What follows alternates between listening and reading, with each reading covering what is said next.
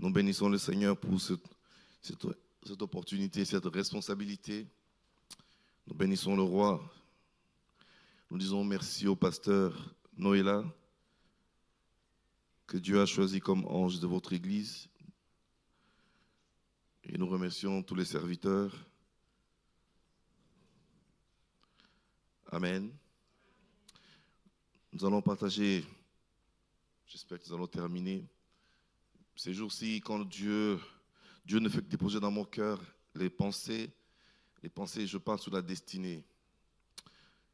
Le Seigneur dépose dans mon cœur ce jour-ci un réveil par rapport aux enfants de Dieu, que les enfants de Dieu soient réveillés, qu'ils soient réveillés. Bien aimés, les temps sont durs, difficiles, mais la Bible dit que pendant le moment difficile, les enfants de Dieu, c'est le moment où Dieu fonctionne avec les enfants de Dieu. Pendant le moment dur et difficile, c'est des moments que Dieu a choisis pour travailler avec les enfants de Dieu. Parce que nous sommes des hommes surnaturels. Nous ne sommes pas naturels. Voilà pourquoi nous ne devons pas vivre comme des gens naturels. Nous sommes des gens surnaturels. Nous ne vivons pas comme tout le monde. Amen. Et il m'a donné ces messages vraiment, depuis un temps, je suis seulement dedans pour essayer de réveiller les enfants de Dieu. Les temps sont vraiment mauvais. Il dit pendant ce moment difficile, les enfants de Dieu agiront avec fermeté. Nous devons agir, devons fonctionner et agir avec fermeté. On ne peut pas se confondre avec tout le monde. Donc j'ai donné comme thème à cette exhortation, il n'est jamais trop tard pour Dieu. Il n'est jamais trop tard pour Dieu. Nous allons lire dans 1 Samuel 30. 1 Samuel 30. Qui peut trouver, qui peut nous lire ça? Bon, je lis seul alors. 1 Samuel 30.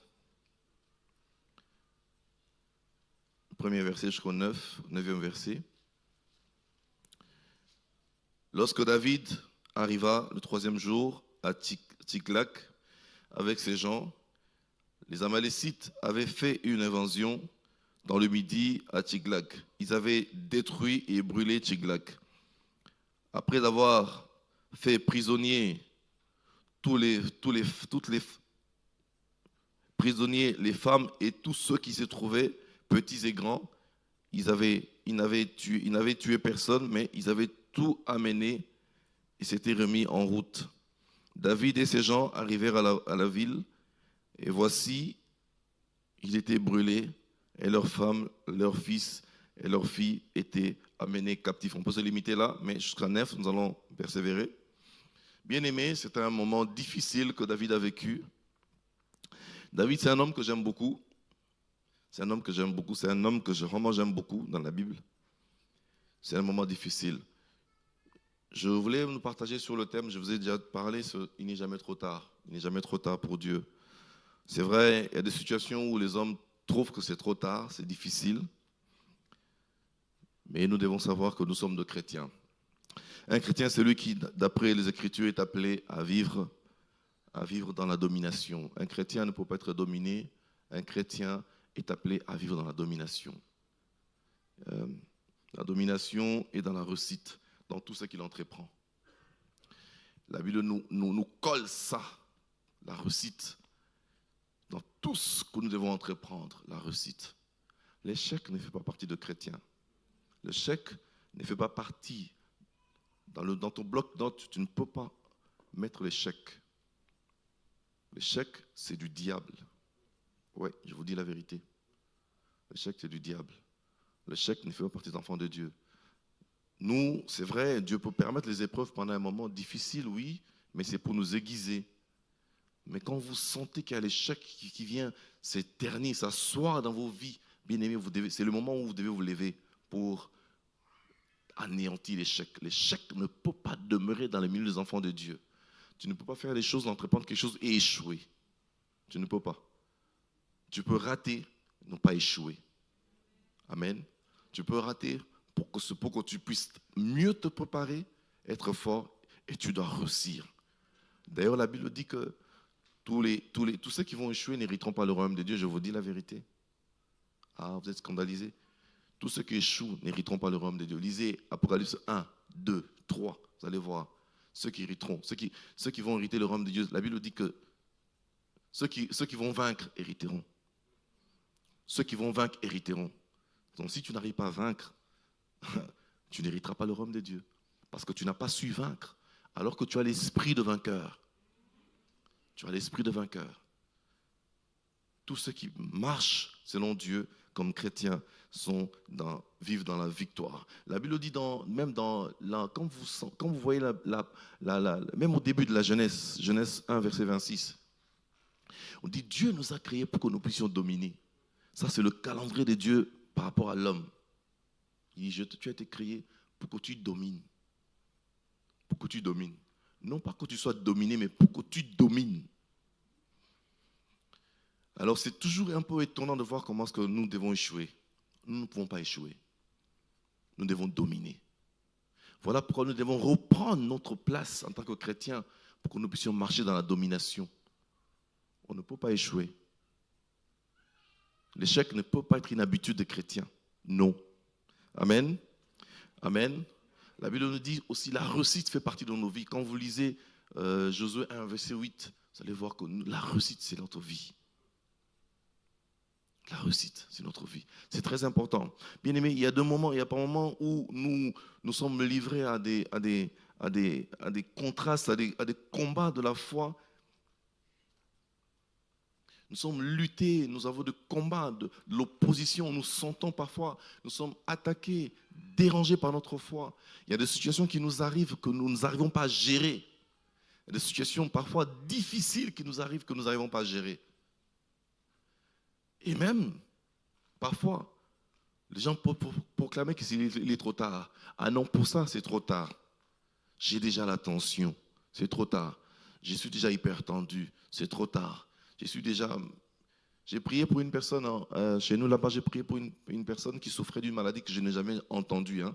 Je n'ai jamais entendu. Même quand je vous explique, je ne saurais pas bien expliquer. Qui m'explique, c'est moi. Il m'expliquait, je ne comprenais pas. Bon, il dit, écoute, je t'explique. C'est comme cette maladie se trouve dans son cœur. Il m'explique, il essaie de m'expliquer. Comme le médecin, comme sa maladie, il vivait avec une maladie, il pouvait mourir à tout moment. C'était comment? Cette maladie, c'est comme dans son cœur, il y a un régulateur, celui qui régulateur, voilà, c'est un technicien. Régulateur de sang, il dirige les sangs. Maintenant, il paraît dans le cœur, il y a un seul régulateur, mais lui, il en avait deux. Donc le sang s'est dispersé. Quand l'autre se fâchait, il dirigeait le sang partout, là où même le sang ne devait pas aller. Donc il pouvait piquer une crise à tout moment et peut mourir. J'ai dit non, c'est pas possible. On a prié pour lui. Dieu l'a guéri instantanément. Il est allé vérifier. Il est allé voir chez le médecin. Le médecin dit comment ça? Il a fait des examens, rien du tout. Lui-même est étonné. Il est venu nous voir un jour. Vraiment étonné. J'ai dit, mais c'est Dieu, mon frère, c'est Dieu. C'est Dieu qui connaît le cœur. Pour les médecins, peut-être c'était trop tard. Ils devaient vivre avec les médicaments. Ils devaient être assurés par un médecin à vivre avec les médicaments. C'est bien, c'est bien beau. Ils le maintenaient en vie pendant un moment. Mais ça pouvait déclencher à tout moment. Mais Dieu, c'était trop tard pour les hommes. Mais il n'est jamais trop tard pour Dieu. Donc je disais, il n'y a pas un moment où nous sommes livrés au combat de la foi, où nous devons affirmer notre autorité, notre domination. Ça semble difficile et impossible. Le diable vient nous imposer des choses, nous dire non, ça là c'est impossible. Il est trop tard. Nous subissons des pressions, nous avons de lettres déposées par des huissiers, ils disent vous devez déguerpir. D'ici 2-3 jours, vous n'arrivez plus à supporter vos charges, vous devez déguerpir. Il est trop tard, n'est-ce pas pour les hommes? Il dit mais vous devez déguerpir, ça veut dire que là vous êtes assigné déjà, vous devez partir. Pour les hommes, c'est fini. Mais pour Dieu, c'est pas fini, il n'est jamais trop tard. Dieu peut tout changer. C'est aussi là peut mourir. Même celui qui a écrit une lettre peut mourir. Donc toute l'administration là qui tient que vous peuvent mourir. Je ne suis pas là pour tuer les hommes, mais Dieu peut le faire. Amen. Dieu peut changer toutes ces situations, bien-aimées, que vous semblez être impossibles. Dieu peut le rendre possible. Donc je suis venu nous réveiller. Je suis venu, bien-aimé, pour nous dire une chose, que nous devons comprendre que nous, en tant que chrétiens, nous pouvons changer des choses. N'acceptons pas tout ce qu'on nous dit. Nous devons accepter ce que Dieu nous dit. David a vécu des moments, des pressions. Vous allez lire jusqu'à la fin, David a vécu des pressions impossibles. Des pressions impossibles. Ils rentrent dans la ville. Ils étaient partis, ils sont rentrés, les hommes étaient partis, comme ils partaient, comment on appelle ça encore, ils sortaient parfois pour aller chercher de quoi vivre, parce qu'ils étaient en exil, chez les étrangers. Et en revenant, ils trouvent tout chambardé, ils ont tout pris. Les Philistins, les Amalécites sont passés, ils ont tout détruit. Ils ont tout pris.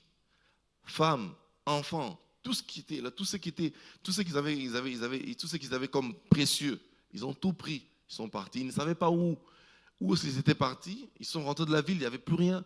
Imaginez, vous sortez, vous êtes sortis, allez chercher de l'argent, vous trouvez votre maison vide, vous rentrez au retour, votre maison, votre femme, vos enfants, il n'y a plus personne à la maison, tous vos biens partis.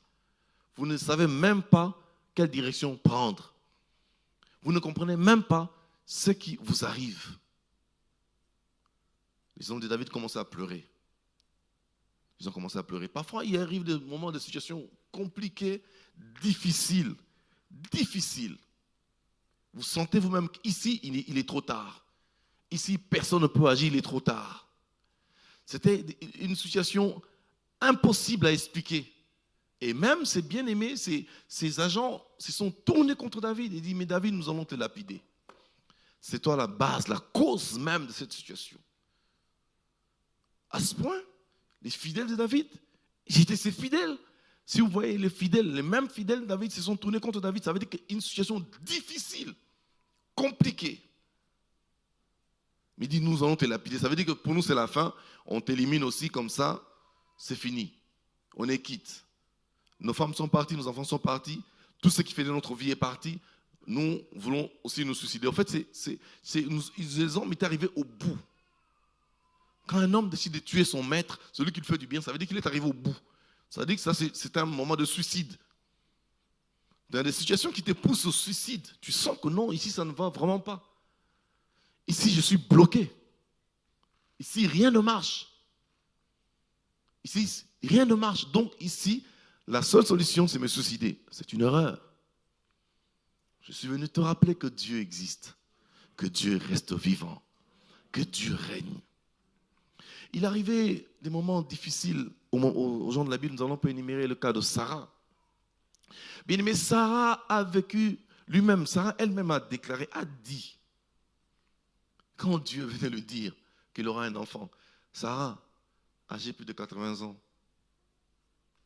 dit, moi un enfant, 90 ans, avoir un enfant, physiologiquement impossible. Donc il était trop tard. N'est-ce pas? Même une femme à 60 ans aujourd'hui, avoir un enfant, non. Physiologiquement, c'est trop tard. Elle ne peut pas supporter même être enceinte.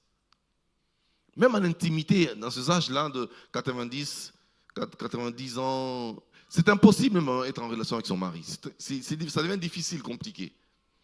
Donc, une situation où on s'affiche, d'après les hommes, c'était trop tard. Mais d'après Dieu, il n'était pas trop tard. Donc, ça veut dire que le trop tard des hommes ne sont pas le trop tard des dieux.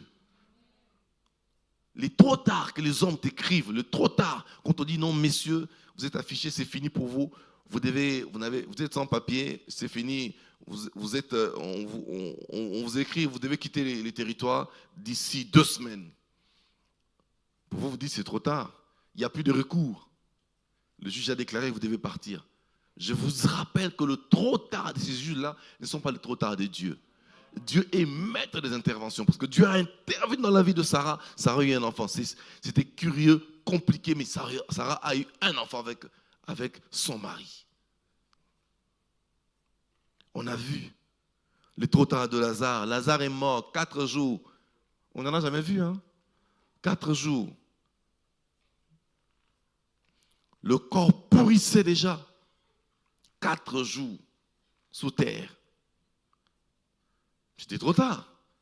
Même quand on parlait avec Marthe et Marie, il dit, mais c'est trop tard, je sais que tu vas ressusciter les hommes, mais pas mon frère. Mon frère a fait 4 jours, c'est trop tard. 4 jours. Non. Dieu a dit, Jésus-Christ a bien voulu que Lazare pourrisse, afin que les gens remarquent que nous sommes de surnaturel, que nous ne marchons pas selon le naturel, nous marchons selon le surnaturel. Lazare devait faire 4 jours pourrir pour enfin que les gens sachent que Dieu est puissant. Il est capable de rafraîchir un corps pourri. On a vu la main de Dieu. Lazare est revenu en vie après 4 jours. Bien-aimé, c'est terrible. La fille de Jairus, vous pouvez lire dans Marc 5, verset 30, 35 à 36. C'était fini pour les hommes, c'est fini. Il dit, mais l'autre même dit non, n'importe plus le maître, c'est fini, c'est trop tard.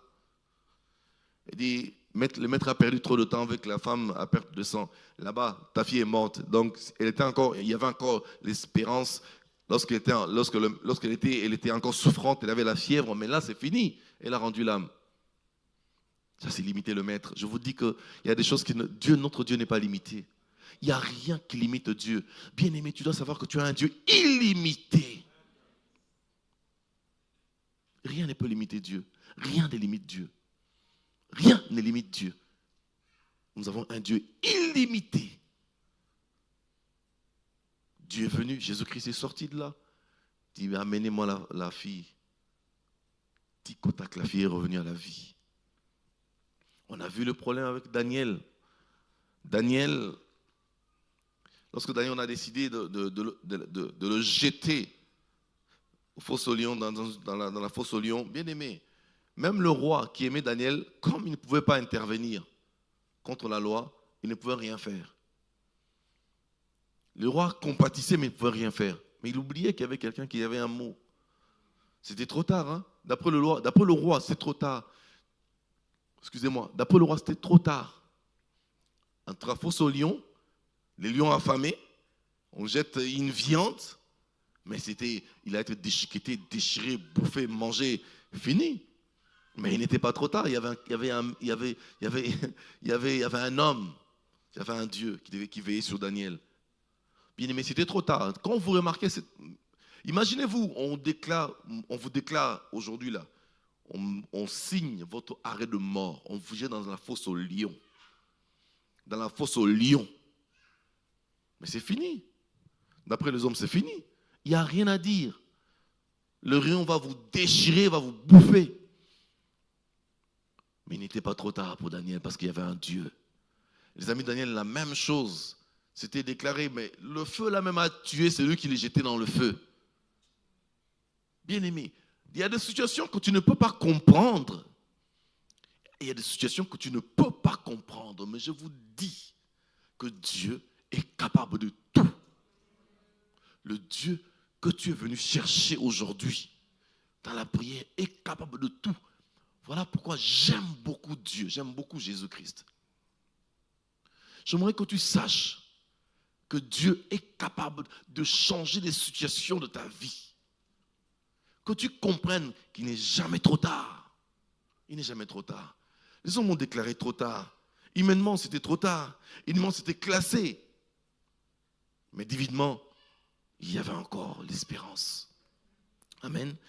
David, bien-aimé, nous allons étudier 3 points. Si nous allons terminer, j'espère que nous allons terminer ces 3 points. 3 points qui m'ont touché dans la vie de David. Le premier point,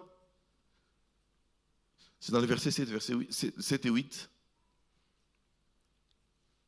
David s'est décidé de ne pas avoir peur, de ne pas croire, de ne pas laisser. Je vais lire 7 et 8. Il dit au sacrificateur,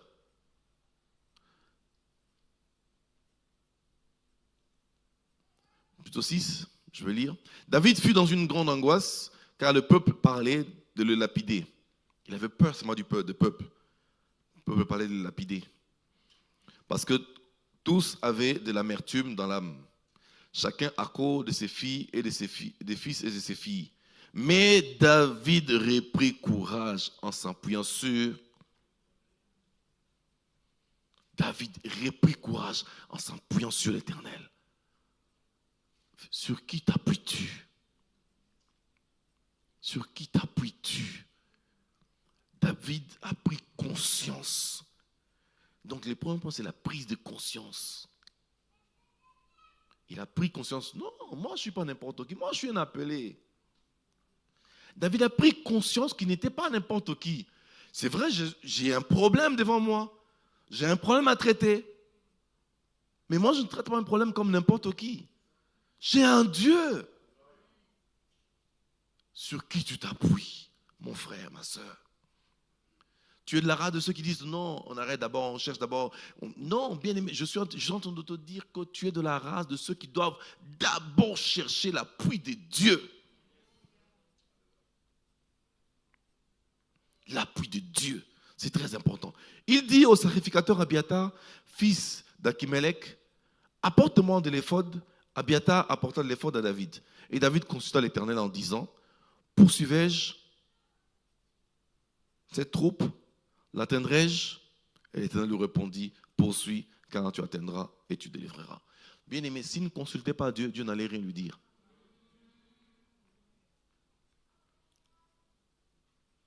La prise de conscience d'abord. La première chose, c'est la prise de conscience. Nous devons prendre conscience qui nous sommes. Prendre conscience qui nous sommes. Il n'est pas comme tous les communs de mortels. Ce n'est pas des gens qui subissent les oppressions de la vie. Il y a de ceux-là, de la race de gens qui subissent les oppressions de la vie. Ils piquent des nerfs, ils craquent comme ici, j'ai vu des gens craquer. Il y a des gens qui craquent. Trop de factures, ils craquent. Bien aimé, lorsque vous craquez, revenez à vous-même. J'ai un Dieu. J'ai un Dieu. J'ai un Dieu, c'est vrai. J'ai des problèmes, mais j'ai un Dieu qui règle des problèmes. Vous savez, notre Dieu, la Bible dit quoi? Voici les miracles qui accompagneront ceux qui auront cru. Vous savez, les miracles, c'est quoi? C'est la solution au problème. Donc, comme vous croyez en Jésus-Christ, si vous réellement vous avez reçu Jésus-Christ, vous avez des solutions à vos problèmes. Voici les miracles qui accompagneront ceux qui auront cru. Les miracles, c'est des solutions aux problèmes des hommes. Les miracles, c'est des solutions. Des solutions. Les miracles, c'est quoi? Ceux qui sont malades guérissent. Ceux qui sont morts ressuscitent. Ceux qui n'ont pas d'argent, pas vraiment l'argent, il dit, c'est lui le pourvoyeur. N'est-ce pas? Ceux qui sont, donc, bien aimés, c'est des solutions que Dieu donne. Les miracles, c'est ça, les solutions que Dieu donne. Amen. Donc, David s'est rendu compte qu'il avait une alliance. Il s'est souvenu qu'il était un homme d'alliance. Il s'est dit que moi, je ne suis pas n'importe qui, je suis un homme d'alliance. Je ne peux pas pleurer comme tout le monde. Vous allez pleurer, moi je ne pleure pas devant tout le monde, je pleure seulement devant Dieu. C'est là où je traite mes problèmes, devant Dieu. Être chrétien n'empêche pas d'avoir des problèmes, tu auras des problèmes, mais des problèmes que tu peux traiter. Bien aimé, pendant que nous sommes sur cette terre de vivants, nous aurons des problèmes, nous aurons des tribulations. Mais la Bible dit, prenez courage, j'ai vaincu le monde. Ça veut dire que nous avons des solutions aux problèmes. Nous ne pouvons pas nous laisser subir. Les chrétiens ne peuvent pas subir. Nous ne pouvons pas subir. Il est interdit aux chrétiens de subir les oppressions de la vie. Ne subissez pas. C'est un choix. Si vous voulez subir, vous subissez. Mais moi, je refuse de subir. Je refuse. Je peux avoir tous, nous avons avoir le même problème. Mais moi, mon problème, je le traite. Chaque jour, j'ai un problème. Chaque jour, je le traite. Parce que chaque jour, nous sortons, nous rencontrons le diable tout le jour de notre vie. Nous rencontrons des problèmes, nous rencontrons des situations où nous devons régler des problèmes. Nous devons les régler avec Dieu. Nous pouvons avoir des problèmes, mais nous devons les régler, ces problèmes, avec Dieu. N'aie pas peur de problèmes. Prends conscience que tu es un enfant de Dieu. Comme David, il dit, tiens, comme a dit Néhémie, il a dit, moi, tomber comme n'importe qui là? Non. Fuir? Un homme comme moi, fuir? Non. Je ne fuirai pas des problèmes. Je vais les régler avec mon Dieu. Je le règle avec mon Dieu. Ce n'est pas des programmes, je le règle avec mon Dieu. Donc, bien aimé, prends conscience. Je vais sauter parce que le temps, vraiment, on traite les problèmes, bien aimé. Deuxième chose que j'ai constaté chez David, c'est que c'est un homme de prière. Un homme de prière. Quand la chose dépasse, dans le verset 8, il dit, David consulta son Dieu. Il dit au sacrificateur, amenez-moi les choses qui vont m'amener dans la présence de Dieu. Des éléments nécessaires pour m'amener dans la présence de Dieu. Amenez-moi dans la présence de Dieu. La prière est l'arme de faible. Nous sommes de faibles. Un homme comme moi, sans Dieu, je suis un homme foutu, anéanti, écrasé par la sorcellerie, par des sorciers, par n'importe qui, même par un petit bébé peut m'anéantir. Mais avec Dieu, je suis puissant. Parce que j'ai un Dieu. Moi, je ne suis pas fort. Ma force se trouve en Dieu.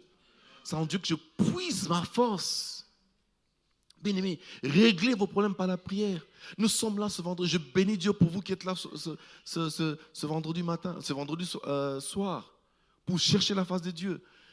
Nos solutions ne se trouvent que dans la face de Dieu. Voilà pourquoi vous devez être réveillés. Prenez le temps de chercher Dieu, avoir des programmes personnels. Avoir des programmes de prière personnels, décréter le moment de jeûne et de prière pour régler les problèmes. N'attendez pas seulement le jeûne de l'église. Prenez vos programmes personnels. Vous avez des programmes, vous avez des problèmes personnels. Réglez le personnel. La Bible dit, Jésus-Christ dit, dans Matthieu 17, verset 23, je pense, il dit certains démons. Ça veut dire certains problèmes. Des démons, c'est des problèmes. Hein? Les démons, c'est ceux qui nous compliquent dans la vie. Ceux qui te compliquent, qui amènent des maladies, des calamités, des oppositions. Vraiment, c'est des démons qui amènent tout ça. Mais ils disent, certains démons qui sont durs, parfois il y a des problèmes durs hein, qui résistent. Il dit, mais Jésus nous a donné des solutions. Certains démons ne sortent que par le jeûne et par la prière. Lorsque vous jeûnez, vous priez, il ne ment pas, hein, Jésus. Si Dieu a pu dire ça, ça veut dire que c'est la vérité. Il ne ment pas. Prenez le temps de jeûner, de prier pour vos situations. Vous allez voir que ça va changer. David s'est mis à prier. Il s'est mis à prier, Dieu l'a dit. Il avait une réponse de la part de Dieu. C'est aussi un grand enseignement pour dire que si vous ne priez pas, vous n'aurez rien. Vous n'aurez pas une solution à vos problèmes. Dieu vous regardera. Dieu vous regardera. Là, c'est votre part. Ce n'est plus la part de Dieu. Il dit, je vous ai donné. Ce qu'on te donne, c'est pour que tu l'utilises. Dieu nous a donné le pouvoir. Il nous a donné la force. Je vais sauter. Pour directement troisième, c'est la détermination. David est un homme déterminé. Déterminé. Vous allez voir dans les versets, plus tard dans le verset 17, les hommes étaient fatigués, mais lui dit non, si vous êtes fatigués, restez là, moi je vais poursuivre jusqu'à ce que ne soyez jamais de ceux-là qui abandonnent. Parce qu'il y a des problèmes têtus qui peuvent dire que non, c'est fini, c'est trop tard. Qui affichent vraiment, c'est trop tard. Vous allez chez le médecin, vous rentrez, c'est trop. Non, on vous dit c'est toujours affiché. N'ayez pas peur. Persévérez jusqu'à ce que ça va changer, bien-aimé. N'ayez pas peur. N'ayez pas peur. Il y a des problèmes têtus. Vous aussi demeurez dans la présence. Vous avez dit, bien-aimé, prenez conscience que je suis devant la présence de Dieu. Je vais demeurer dans la présence de Dieu. Je vais trouver la solution à ces problèmes. Je vais trouver la solution à ces problèmes. Ces problèmes, c'est têtu. Moi aussi, je suis têtu. Je demeure avec mon Dieu, je dors par terre, je jeûne, je dors par terre, j'abandonne mon lit. J'ai dit, à de grandes situations, de grands moyens. J'abandonne mon lit, je ne mange pas. J'ai dit, on verra. Jusqu'à ce que vous allez voir Dieu intervenir dans vos situations, bien-aimés. Dieu est puissant. Dieu est puissant. C'est vraiment la seule question que je voudrais vous poser. Considérez-vous ces dieux-là? Comme a dit Jésus-Christ. Lorsque le Fils de l'homme viendra, trouvera-t-il la foi sur la terre? Nous allons lire un passage pour terminer, Isaïe 42, verset 1. Isaïe 42, verset 1. La Bible dit, voici mon serviteur que je soutiendrai, mon élu en qui mon âme prend plaisir. J'ai mis mon esprit sur lui, il annoncera la justice aux nations. Il dit, voici mon serviteur que je soutiendrai. Voici mon serviteur que je soutiendrai. Ça veut dire qu'avant que Dieu te soutienne, il faut que tu sois son serviteur. Serviteur ne veut pas seulement dire prêcher comme moi ici à l'église. Non. Serviteur ne veut pas seulement dire servir à l'accueil ou à la chorale. Serviteur, c'est celui qui a compris, celui qui a compris que Jésus-Christ, que Dieu est son maître. Il s'assoit au pied du maître. Il y reçoit les instructions du maître. Toi, est-ce que tu reçois les instructions du maître? Est-ce que tu acceptes? Ou tu vis comme tu veux? Si tu vis comme tu veux, tu es un rebelle. Mais si tu obéis aux préceptes de Dieu, si tu obéis à la loi de Dieu, tu marches dans la sanctification, tu seras serviteur. Et là, le maître te soutiendra. Parce qu'aujourd'hui, il y a des gens qui crient partout, sans effet. Ils ont tellement la parole de Dieu, la Bible dans la bouche, qu'ils crient partout. Ils évoquent la Bible partout, mais ils ne vivent pas selon Dieu. Et Dieu ne te soutiendra pas. Si tu veux que Dieu te soutienne, il faut que tu apprennes à vivre dans la droiture. Même ton problème dans ton dossier, là, mène ça dans la droiture. Tu verras, Dieu sera au bout avec toi. Dieu te soutiendra. Ne mène pas une vie comme tu veux. Ne sois pas rebelle. Ne sois pas rebelle, mon frère, ma soeur. Les rebelles n'hériteront pas le royaume de Dieu. Les rebelles n'auront rien. Les rebelles, tu peux par la rébellion avoir beaucoup d'argent, mais tu n'auras rien. Cet argent ne te servira à rien du tout. Passe par Jésus-Christ. Passe par la croix. Passe par la croix. Sois obéissant. Sois obéissant. Sois obéissant. Marche dans l'obéissance, dans la crainte de Dieu, dans la haine du mal. Si tu as la haine du mal, Dieu te soutiendra. Tu seras soutenu par le Créateur. Amen. Amen. Nous pouvons nous lever, bien-aimés. On va arrêter par là. Le temps est vraiment passé de 4 minutes. J'aimerais, pour conclure, vous dire une chose, bien-aimés, que les enfants de Dieu, ceux qui triomphent du monde, comme la Bible le dit, ceux qui sont nés de Dieu triomphent du monde. Ça veut dire que lorsque tu es né de Dieu, tu as l'ADN de Dieu. Tu es né de Dieu, tu as l'ADN de Dieu. Tu vas triompher du monde. Quand tu as l'ADN de Dieu, qui peut te toucher? Quand tu acceptes d'être né de Dieu, tu as choisi Dieu comme ton créateur, comme ton Dieu. Qui peut te toucher? Tu as l'ADN de Dieu. Je te rappelle ce soir, bien-aimé, toi qui as accepté de vivre comme un bon chrétien, tu as l'ADN de Dieu. Tu es celui qui vit dans la victoire. Tu es celui qui vivra dans les problèmes peuvent se lever, mais tu vivras dans la victoire. Tu vas terrasser les problèmes. Tu renverseras tes Goliaths. Tu renverseras tes Goliaths. Bien-aimé, ce soir, nous allons renverser tous les Goliaths qui s'élèvent contre nos vies parce que nous avons l'ADN de Dieu. Tu connais ton problème. Tu sais ce qui te dérange. Je parle bien à ceux qui obéissent, ceux qui marchent dans l'obéissance. Tu connais ce qui te dérange comme problème. Ceux qui ne marchent pas dans l'obéissance, c'est le moment de vous repentir. Réglez vos problèmes, revenez à Dieu.